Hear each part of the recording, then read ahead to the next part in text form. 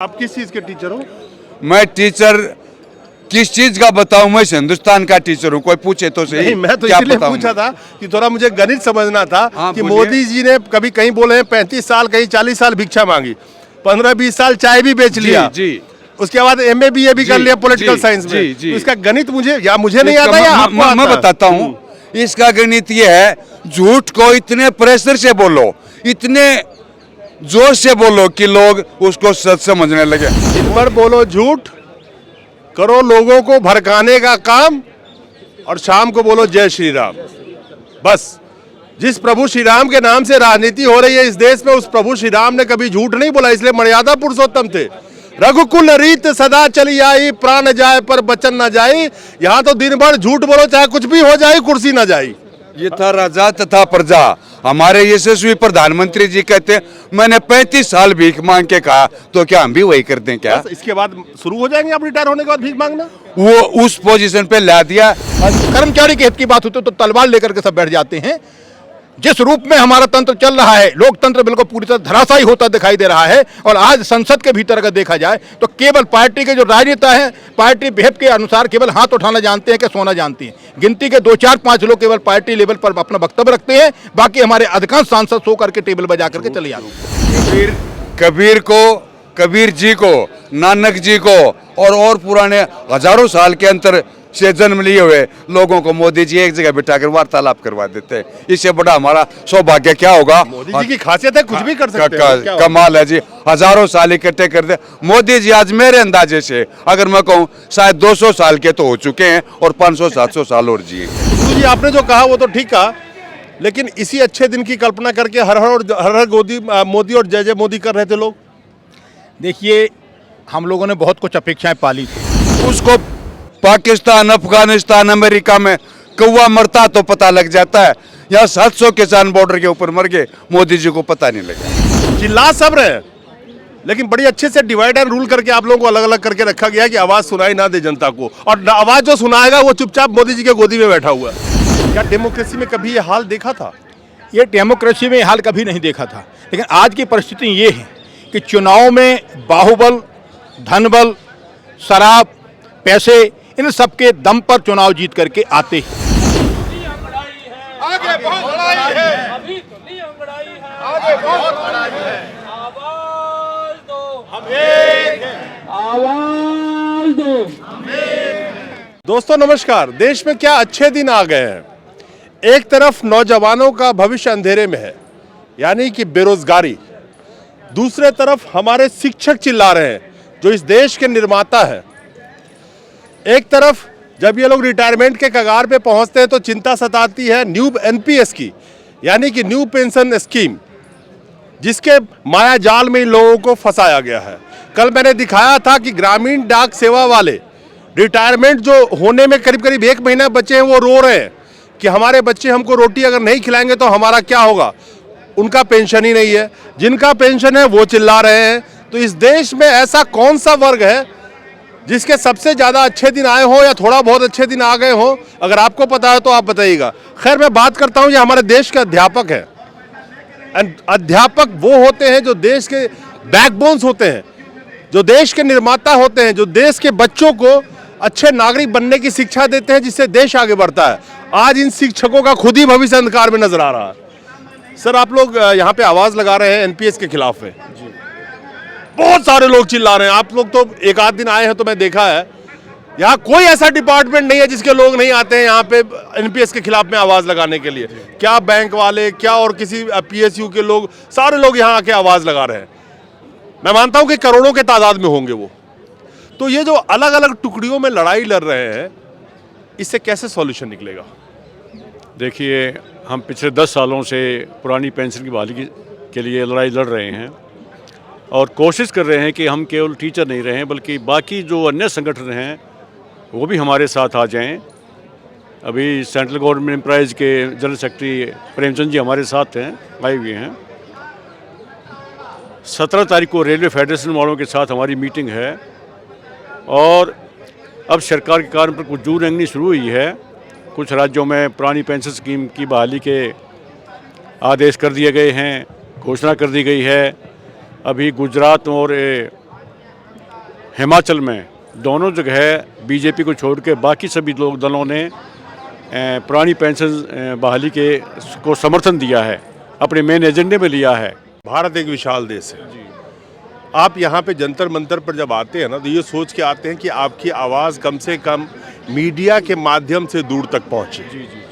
इसीलिए मीडिया को बनाया गया था कि आदमी चिल्लाए तो उसकी आवाज़ को सरकार तक पहुँचाना, जो आपको इस जंतर मंतर पे नज़र नहीं आएगी, जिसको हम गोदी मीडिया कहते हैं। खैर, मैं आता हूँ आपके पास। प्रेमचंद जी, एक बात बताइए, हर लोग चिल्ला रहे हैं, सब आवाज़ लगा रहे हैं, ये लड़ाई कब तक चलेगी और क्या लगता है कि इससे सरकार को कोई फर्क पड़ेगा? सर, इसको सरकार को जब तक फर्क नहीं पड़ने वाला है, जब तक हमको सभी वर्ग को संगठित होकर के जब तक अपनी आवाज़ नहीं उठाएंगे, जब तक सरकार को हिलाने की शक्ति हम में नहीं प्रदर्शित कर पाएंगे, तब तक सरकार को कुंभकर्ण के नीचे जगाना बहुत भारी है। आज सरकार ने जिस तरह का कुचक्र चलाया हुआ है, जैसे अभी आपके मुंह से ही निकला है कि गोदी मीडिया, जब कर्मचारी के हित की बात हो, समाज के हित की बात हो या किसी अन्य तरह की बात हो, तो उसको ऐसे डाइवर्ट कर दिया जाता है जिस तरह से मैनेजमेंट किया गया हो। आज समाज का हर वर्ग, विशेष करके कर्मचारी वर्ग, इतना अधिक व्यथित है कि काम तुम थोपते जा रहे हो, काम पे काम दिए जा रहे हो, उसको अब शिक्षक को स्वतंत्रता से बिल्कुल वंचित कर दिया गया है। ऐसे बांध दिया है कि शिक्षक अपनी क्लास में अपने ढंग से कुछ ही बच्चों को कुछ नहीं पढ़ा सकता है। आपने पूरे साल का एकदम एजेंडा फिक्स कर रखा है। शिक्षक शिक्षक है, उसको स्वयं ट्रेनिंग दे करके वो आया है कि हमें अपनी क्लास की, अपने छात्र के साथ में, अपने अभिभावकों के साथ क्या पढ़ाना है, किस तरह से हमारे बच्चों को हमें आगे लेकर के जाना है। लेकिन आज सरकार और बैठे हुए सरकार में, तंत्र में बैठे हुए राजनेता और प्रशासन के लोग बिल्कुल शिक्षक और शिक्षक समाज का शोषण करने पर तुले हुए हैं। आज वो स्थिति हो गई है कि शिक्षक अगर अपने अन्याय की बात उठाता है तो उसको सस्पेंड करने की धमकी दी जाती है, स्थानांतरण करने की धमकी दी जाती है। विकलांग, महिलाएं, अन्य तरह के लोग जिनकी बहुत आवश्यकताएं हैं, जिनके परिवार में असाध्य बीमारियां हैं, ऐसे लोगों को भी स्थानांतरण करने में दिल्ली नगर निगम जैसे विभाग में जितना कुचक्र और भ्रष्टाचार है, इतना कभी विश्व के किसी संस्थान में नहीं होगा। आज जब मांग करने जाते हैं तो हमारे तत्कालीन निर्देशक महोदय मिलने से मना कर देती हैं। आपकी यूनियन की कोई मान्यता नहीं है। लोकतंत्र पूरी तरह से निगम में बिल्कुल ध्वस्त हो चुका है। न कोई राजनेता सुनता है, न कोई प्रशासनिक अधिकारी सुनने को राजी है। कमिश्नर महोदय से कई बार समय लिया गया, उन्होंने कह दिया कोई जरूरत नहीं। हमारे यहाँ भी अनुबंधित अध्यापक जो हैं, उनको 6-6 महीने, 7-7 महीने से वेतन नहीं मिली है। आप शिक्षक हैं। मैं शिक्षक। आपने एक चीज़ बहुत अच्छी बोली है कि लोकतंत्र को एकदम ध्वस्त कर दिया गया है। लोकतंत्र बचा कहाँ है? आप तो आज़ाद रह कहाँ गए हैं? आप तो इलेक्टोरल ऑटोक्रेसी में जी रहे हैं, जिस रैंकिंग में भारत आता है। और इलेक्टोरल ऑटोक्रेसी का मतलब हो गया कि सरकार को अब जनता नहीं चाहिए। उनके पास चुनाव जिताने के लिए तंत्र है, सारे तंत्र कब्जे में है। तो जनता का महत्व कैसे होगा? आपने डेमोक्रेसी की बात की, इसलिए मैंने आपसे ये बात, क्योंकि आप शिक्षक हैं, आप एजुकेटेड लोग हैं, आप इस देश के निर्माता हैं। क्या डेमोक्रेसी में कभी ये हाल देखा था? ये डेमोक्रेसी में हाल कभी नहीं देखा था। लेकिन आज की परिस्थिति ये है कि चुनाव में बाहुबल, धनबल, शराब, पैसे, इन सब के दम पर चुनाव जीत करके आते हैं। एक निगम पार्षद जब चुनाव लड़ने के लिए जाता तो 5,000 रुपये अपने खाते में दिखाता है कि हमारे बैलेंस में 5,000 रुपये खाते में, ना कोई गाड़ी है ना घोड़ा है। जिस दिन वो शपथ लेने जाता तो फॉर्च्यूनर पर शपथ लेने जाता है, जिसके खाते में 5,000 रुपये हैं। आय के कोई स्रोत नहीं है, सामाजिक कार्य करता है, उसकी 5 साल बाद हारने के बाद 5 करोड़ की प्रॉपर्टी हो जाती है। आखिर कहाँ से आती है? प्रशासन के तंत्र के लोग, हम लोगों के हर साल एक फार्म भराया जाता है, संपत्ति, प्रॉपर्टी, पैतृक और तुम्हारी धरोहर कितनी क्या है। क्या राजनेताओं से भी कभी ये पूछा गया है? एक राजनेता जब चुनाव लड़ना शुरू करता है या राजनीति में शुरू करता है तो कहते हैं कि पिताजी के पास दानत पानी नहीं था, खाने का गुजारा नहीं था। वो 5,000 करोड़ रुपये, 10,000 करोड़ रुपये की संपत्ति जब दर्ज कराता है तो हम लोगों को अचंभा होता है। एक मिनट, कहते हैं ना गुरु से कभी पंगा नहीं लेना चाहिए। गुरु जी जब बोलते हैं ना, बड़ी अच्छी बात बता रहे हैं, और मैं हमेशा कई बार अब ये चीज बता चुका हूं। 12-12 लाख करोड़ रुपए धन्ना सेठों के माफ कर दिए जाते हैं। 8 लाख करोड़ रुपए के करीब का पिछले 8 सालों में बैंक से फ्रॉड, फर्जीवाड़ा खाली हो जाता है। सर्वर के थ्रू, कार्ड के थ्रू, एडवांस फ्रॉड, सब कुछ रिकॉर्ड टूट गया। और गुरुजी का आज यहाँ पे देखिए अपना भविष्य अंधकार में लग रहा है। एनपीएस के लगा करके इन लोगों को मैनिपुलेट करना। हमारे देश की जो रक्षा करने वाले सैनिक हैं, उनका पेंशन का क्या हाल है? वो भी कल यहाँ आवाज़ लगा रहे थे। 1 रैंक 1 पेंशन वाले थे। बहुतों के पेंशन नहीं है। बहुत सैनिक ऐसे हैं जिनको शहीदी का दर्जा नहीं दिया जाता है। डॉक्टर्स को कहा गया था कोरोना के टाइम में कोरोना वॉरियर्स, वो डॉक्टर्स की जब मौतें हो गई तो सरकार के पास आंकड़ा नहीं है कोरोना में कितने डॉक्टर्स की मौत हो गई। बहुत सारे डॉक्टर्स को पैसे नहीं मिले, यही शिक्षक कितना काम कर रहे थे कोरोना के टाइम में। ऐसे बहुत सारे उदाहरण हैं। तो गुरुजी आपने जो कहा वो तो ठीक कहा, लेकिन इसी अच्छे दिन की कल्पना करके हर हर मोदी और जय जय मोदी कर रहे थे लोग। देखिए, हम लोगों ने बहुत कुछ अपेक्षाएं पाली थी और आज भी हमें अपेक्षाएं हैं। अगर आज भी वो जग जाएं, आज भी जग करके हम असहाय लोगों की अगर आवाज़ उनके तक पहुंचे और आप लोगों के माध्यम से अगर पहुंचे, अगर करना चाहें तो एक अध्यादेश के माध्यम से, एक विधेयक के माध्यम से 1 मिनट में कर सकते हैं। जब कहते हैं हमारा तंत्र अब आर्थिक रूप से समृद्ध हो रहा है, हमारा देश समृद्ध हो रहा है, हम 5वीं इकोनॉमी ताकत बन रहे हैं, तो केवल कर्मचारी की पेंशन काटने से तुम्हें क्या मिलने वाला है? एक विधायक जितने बार विधायक चुनकर गया तो उतने बार उनको पेंशन मिलती है। दिल्ली में जब 49 दिन की सरकार चुनकर के आई तो 49 दिन में ये तय किया गया राजनेताओं ने कि अगर इनको पेंशन मिलने के लिए करना तो इनको शपथ से दिला दी जाए। इसके लिए बड़े तंत्र बनाए गए, किसी पार्टी ने कोई वो नहीं किया।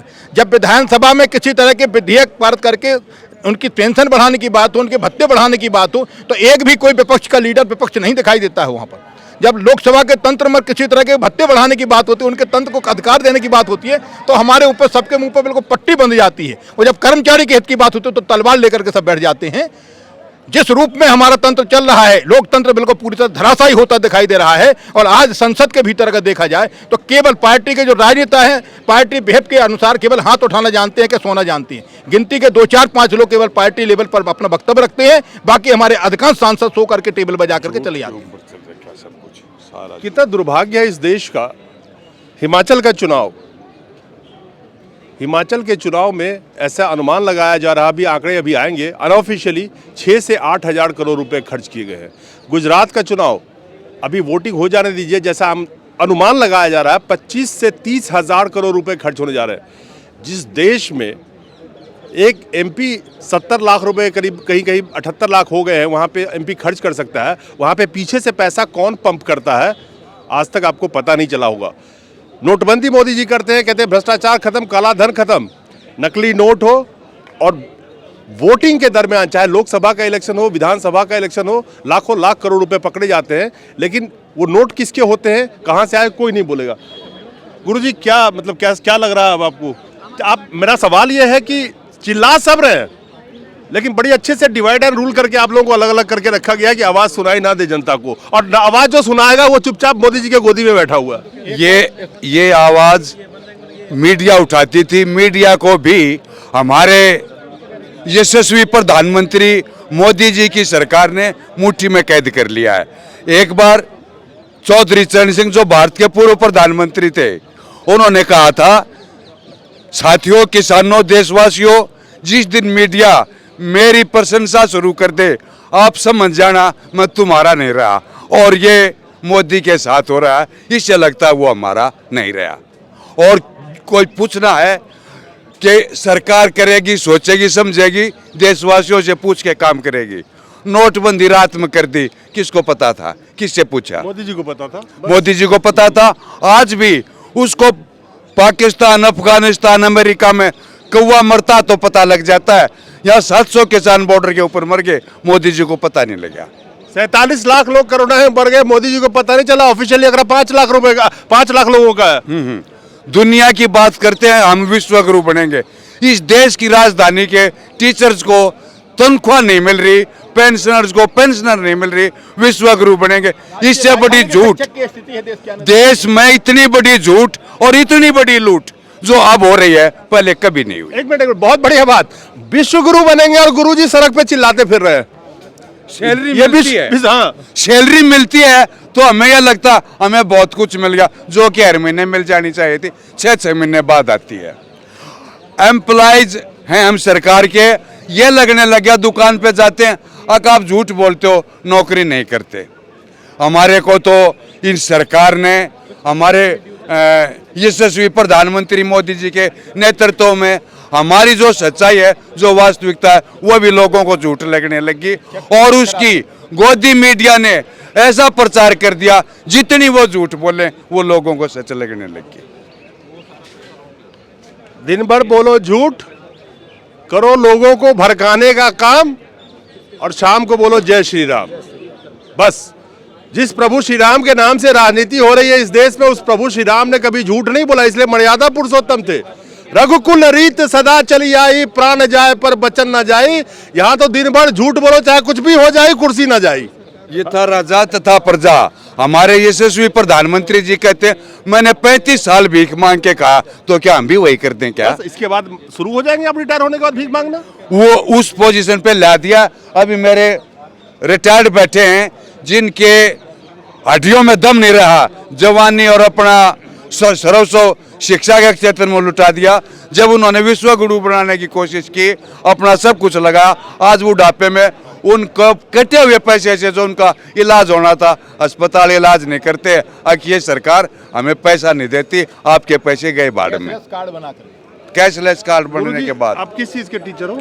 मैं टीचर किस चीज का बताऊं? मैं हिंदुस्तान का टीचर हूं, कोई पूछे तो सही। नहीं, मैं तो क्या इसलिए बताऊं? पूछा था कि थोड़ा मुझे गणित समझना था हाँ, कि बोलिए। मोदी जी ने कभी कहीं बोले हैं 35 साल, कहीं 40 साल भिक्षा मांगी, 15-20 साल चाय भी बेच लिया, जी। उसके बाद MA BA भी कर जी, लिया पॉलिटिकल जी, साइंस में। जी, जी। तो इसका गणित मुझे नहीं इसका आता या आपको मैं आता है? बताता हूँ। इसका गणित ये है, झूठ को इतने प्रेशर से बोलो, इतने जोर से बोलो कि लोग उसको सच समझने लगे। मोदी जी ने कहा 125 करोड़ देशवासियों को 125 करोड़ घर दे दिए। हमारी तो इतनी आबादी है, कोई नहीं बोलता। मोदी जी ने बोला देश विश्व गुरु बन रहा है। अगर मैं ये कहूँ कि देश भूखा मर रहा है तो मोदी जी को दिखाई नहीं देता। गुजरात की हालत क्या है? मॉडल बताया था, गुजरात मॉडल। हम गुजरात के साथियों से मिले थे, उन्होंने बताया कि हमारे को 5,000 सैलरी मिलती है जब हम मिले उनसे। और ऐसा मॉडल 5,000 तो हरियाणा सरकार ने उस टाइम के ऊपर इंटरिम रिलीफ दे रखी थी। गुजरात के पेरेंट्स यहाँ आए हुए, मैंने उनसे बात की, स्कूल में एडमिशन कराने आते हैं। मैं गुजरात तो मॉडल, आप यहाँ क्या करने आगे? बोले 100 रुपये भी रोजगार नहीं मिलता दिन का, यहाँ कम से कम भूखे तो नहीं मरेंगे। चलिए गुरुजी कुछ कह रहे थे लास्ट में, आप कुछ कहना चाह रहे थे? अच्छा, कोई बातें गुरुजी भूल गए होंगे।